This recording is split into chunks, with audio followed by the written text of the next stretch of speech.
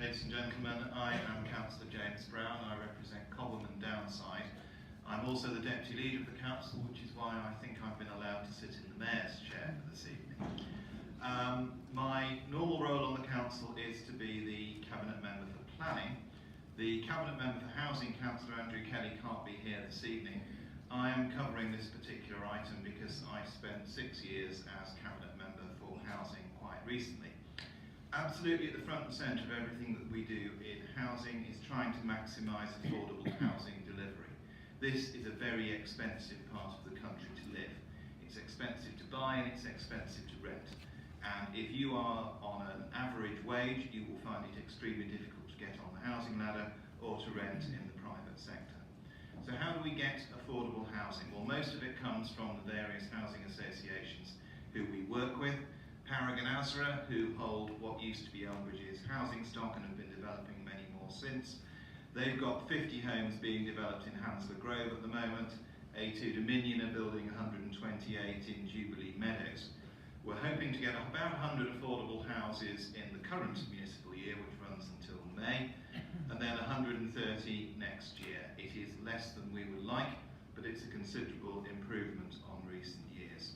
We're also looking at the land that we own with a view to developing it, but unfortunately we don't actually have a large land bank of our own. And we are now going into residential property development ourselves. We handed over all our stock to what was then Elbridge Housing Trust in 2000. It was the right decision at the time, but it's become clear to us it's getting more and more difficult to get affordable housing, especially from private developers, because they are allowed to say that they can't afford to make their developments viable if they have to provide affordable housing as well. That's because the government thinks that developers should be entitled to make 19% profit on every single development that they do. So we've set up our own council-owned housing company. It will not just be investing in affordable housing, it will also be investing in market housing, because the one needs to subsidise the other. It's just acquired its first homes. The council as a whole has bought some buildings in Weybridge, and with those have come 37 homes. Our target is to get 250 houses owned by our limited company by 2023. We've historically been in the business of administering benefits, and in particular housing benefit. You'll probably be aware of universal credit. We will not be administering universal credit. That is done by the government. It's been rolled out in Elbridge in November of last year for new claimants and for some existing claimants who had a significant change of circumstances. We are well aware that the transition can cause a lot of the poorest people in our community significant difficulties. I've seen that myself in my day job, and you can ask me about that later if you wish. But we're working together with the DWP, Surrey County Council, Citizens Advice and various local charities.